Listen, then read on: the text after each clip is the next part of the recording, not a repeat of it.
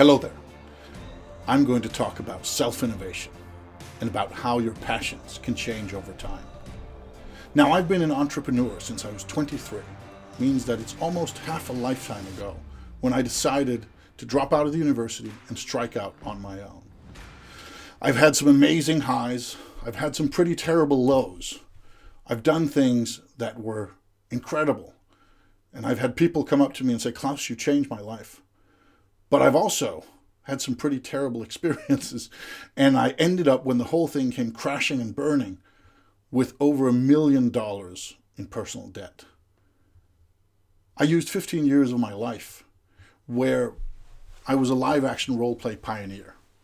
It's fair to say that I was one of the leading live-action role-play pioneers in the world, and the company I was part of building, we ended up being almost 50 people when we were at our largest.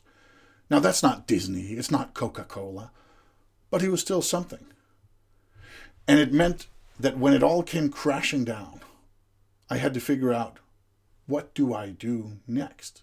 Because I'm not going to continue what I'm doing now, but what do I do next? What is my passion now if it's no longer this?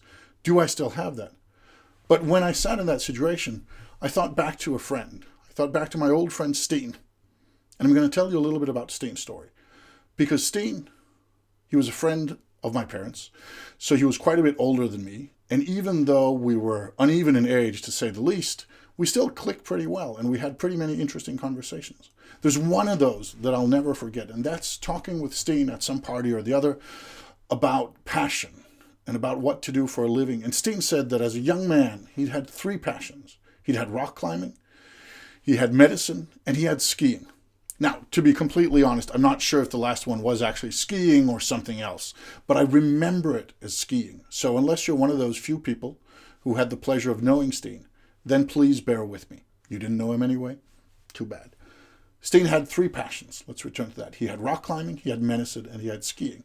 And he realized as a young man that if he really put his back into it, if he really did what he could, and if he was lucky, he could maybe, just maybe, make a living out of rock climbing or make a living out of skiing. He'd have to work hard, he'd have to have some things go his way, and he'd have to give up quite a few things in life. But it might just happen, and then he would be pursuing and living his dream.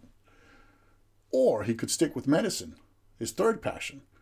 Even though it was a lesser passion, he could stick with that and it could pay for the 2 others. Steen chose to become a doctor. And from all that I know, he was a very good one.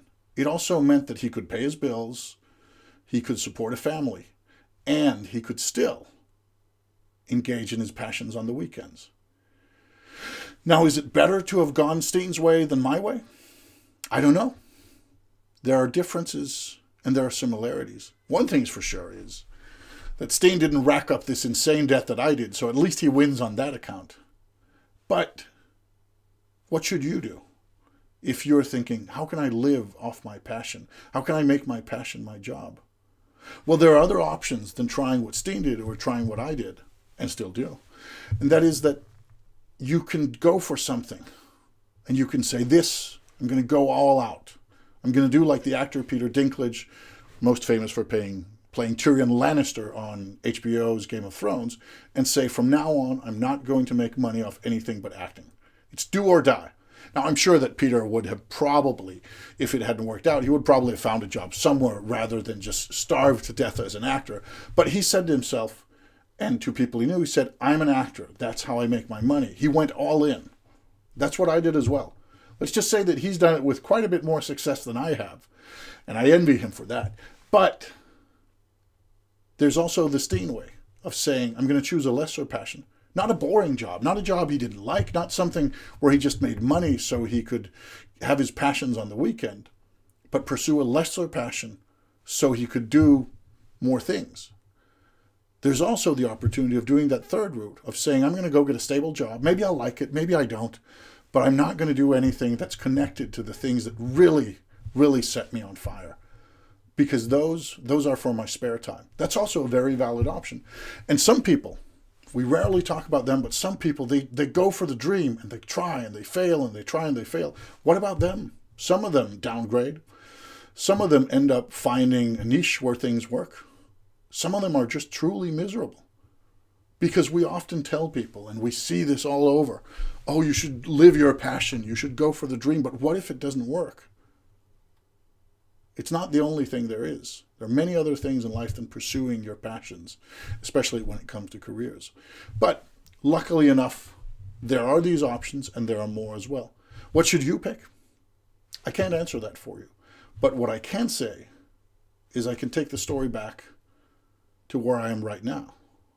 I spent 15 years as a live-action role-play pioneer.